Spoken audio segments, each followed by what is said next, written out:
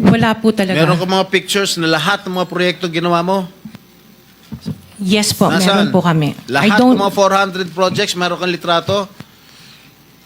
Yes po. O i-submit mo rito sa committee. Okay po. Okay. Sa mga bidding na sinasalihan mo ng mga kumpanya mo, itong siyam na kumpanya, ilang beses kayo nanalo? At ilang beses, kung natatalo rin kayo sa Actually, bidding, I ilang don't beses kayo have the natatalo? actual figures, pero sa napanalunan, very minimal lang po talaga, mga 2%. Pero ang dami namin projects po na sinasalihan na bidding. So, sa loob ng isang taon, pag nagbibidding isang kumpanya mo, halimbawa itong ano ba yun? Yung Alpha Phi Omega, ilang beses kayo nagbid sa isang taon at ilang beses kayo nanalo? Madami po kaming sinasali. I really don't have the figures right now, you know, but I if can... you come here, you have to come here prepared. Yes You do po. not come here unprepared. Alam mo, natatanungin ka eh. Ikaw sikat na contractor, papa-interview ka. Oh. You have to come here prepared. Your Honor, I am prepared for the flood control projects that you are mentioning. I have the statistics of how many I bidded and how many I lost and how many I won. Okay. You mentioned it to us right now.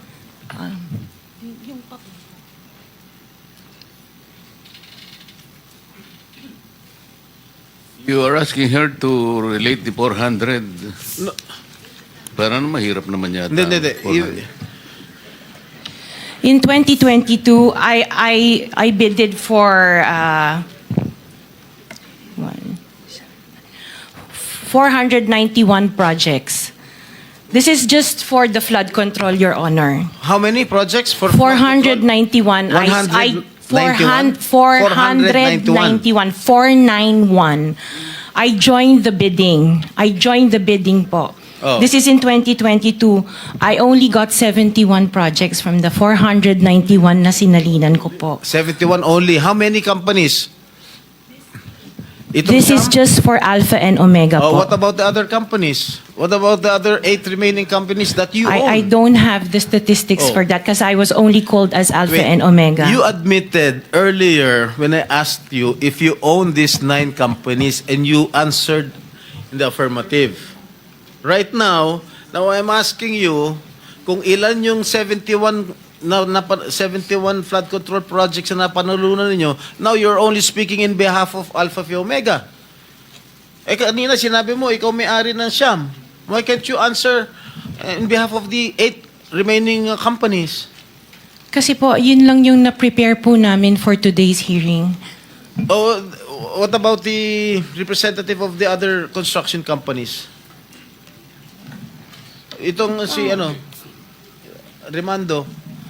Oh, how many? You're representing St. Timothy. Good morning po, Mr. Chairman. For St. Timothy Construction po, we have 145 projects. Flood control projects. Yes, Mr. Chair. Since Since 2022, up to the present as we speak. 122. 145. Excuse me? 145, Mr. Chair. Napanalunan ang na-award sa inyo 145 flood control projects. Yes, Mr. Napanalunan niyo 'yan. Yes, Mr. Chair. So, all in all, dun sa 8 companies, ilan? Dun sa 9 companies, hindi nyo alam? Out of the 400, maybe, who can answer my question from the DPWH? Maybe they have the records there. Mr. Chair, with the Just indulgence for of the the SP record- Pro Temp, Yeah.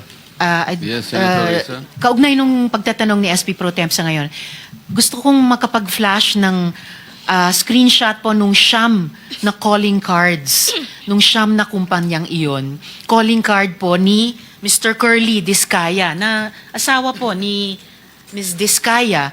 So, mag-asawa po, dapat alam po nila in greater detail itong mga kumpanyang ito. Ito po, Mr. Chair, SP Pro Temp. Siyam na calling cards nung siyam na kumpanya, lahat sa pangalan ni Pacifico o Curly Discaya. So dapat po mas alam po both ni Ms. Sara Diskaya at Ms. Roma Diskaya Rimando ang mga detalye na tinatanong ni SP Pro Temp. Salamat, Mr. Chair at SP Pro Thank you, Temp. Senator Risa. Okay, for the record, yung may-ari ng St. Gerard Construction, nandun yung pangalan ng asawa mo, Pacifico Diskaya. Okay? Doon sa St. Timothy, sino may-ari ng St. Timothy? Ikaw si Rimando, no? Kamag-anak mo si Diskaya, correct? Sabi mo, pamangkin mo. Tama? And who is this Maritoni Miligrito, the owner of Elite? General contractor. Who is this? Answer. Pinsan ko po, Mr. Chair. From the left pocket to the right pocket. St. Matthew. Nandito yung asawa mo, Pacifico Diskaya. Great Pacific. Oh, ikaw, nandyan ang pangalan mo, oh. Si Sara Rowena Diskaya. Kaya hindi mo mapapagkaila, eh. YPR General Contractor. Nandito rin ang pangalan mo. Miss Sara, alam mo, huwag ka magsisinungaling, ha? Amethyst Horizon. Sino si Amethyst Horizon? Sino si John Brian Eugenio? Who is he? Sagutin mo, Miss Rimando.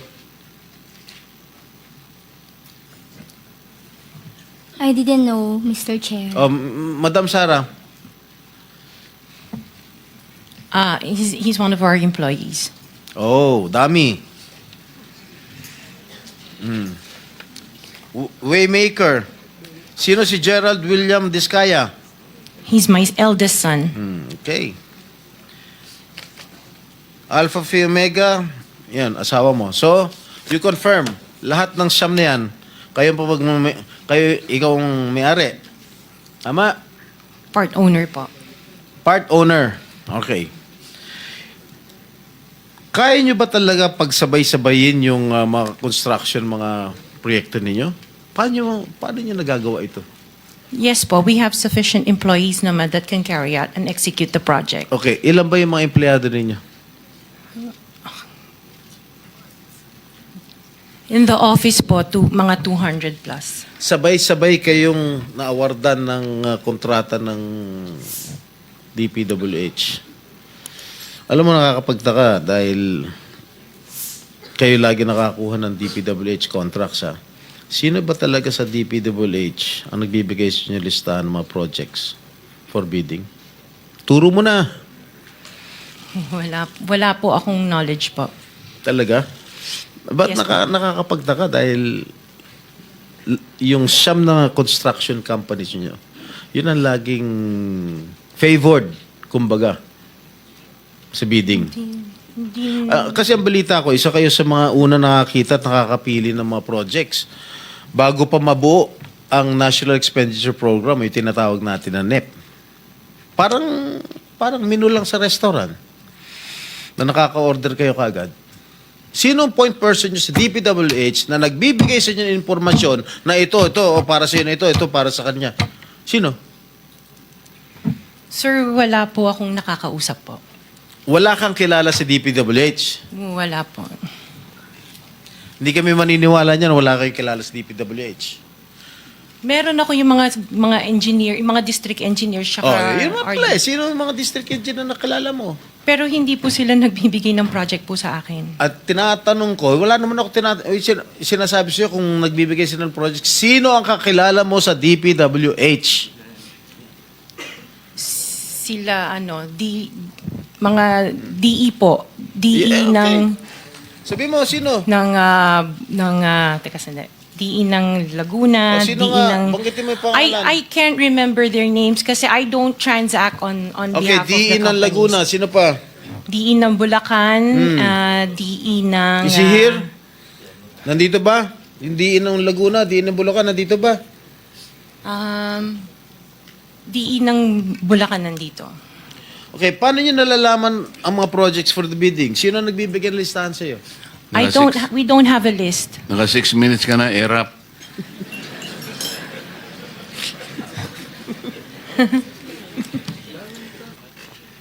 One last question, if I may. One last question, Mr. Chair, Senator Risa. Madam Diskaya, saan nyo ba kinukuha yung mga coaching imported, mga luxury cars? Ang balita ko, dun sa interview mo, binili mo yung isang Rolls Royce dahil nagandahan ka sa payong. Tama ba? Sir, yes po. Samantalang, ilan yung luxury cars mo? Nasa 28 po. 28 lang. Yes. Ano ito mga ito? Rolls Royce, Ferrari? I don't have a Ferrari. Ano yung mga luxury cars? Lamborghini? No rin. Cadillac. Saan binili? Sagutin mo na. Saan mo binili? Sa dealer po. Sino dealer? Dito, local? Local dealer o sa abroad? Freebell Enterprises tsaka yung isa Auto Art. Dito, sa Pilipinas? Yes po. Hindi ka nag-import? No po. Dito, may dealer ng mga Yes po. Rolls Royce. May dealer ng Rolls Royce meron dito. po. Ano pa yung mga ibang luxury cars mo? Yung anong tawag dito, yung Cadillac and the GMC. Cadillac Escalade, ganon? Yes po. Oh. The GMC. Yun lang. Sinong dealer? I mentioned earlier Freebell Enterprises and Auto Sa Art. lahat ng kotse mo, yun ang mga dealers mo. Dalawa lang sila Dalawa po. yung dealers mo. Yes po. What other luxury cars do you own? Yung iba dito na, the Maybach. Dito ko Maybach, na binili. Mercedes. Yes po. And then, yung iba, dito na rin yung Range Rover. Bentley. The Bentley dito na rin po. O, paano kayo nagka-interest sa kotse? Saan nyo gagamitin yung 28 kotse na luxury cars? Araw-araw gusto mo Collection. palit ng kotse? No, I have 4 kids that use it all the time for them to Oh, be 4 taken to kids school. lang. O, bigyan mo tig-isa, pero 20, ilan yun? 20 ka mo? 28? 28. Opo. My God. And you bought that from the taxpayers' money? No po. Hindi po. Wag na tayo That maglokohan would be- dito. Let's allow our people to decide on that anyway. Just Senator linawin na yung pangalan. Senator Risa, sorry nagkamali ako. Chairman, Si- just the 2 names of the dealers. Dealer ako ng kotse, kaya ako alam yan eh. Sino yung dalawa? Pinagkukunan mo ng luxury cars? Freebell Enterprises Ha? and Freebell Enterprises Freebell. and yung isa Auto Art. Auto Art. Yes Okay. po. Okay. Thank you.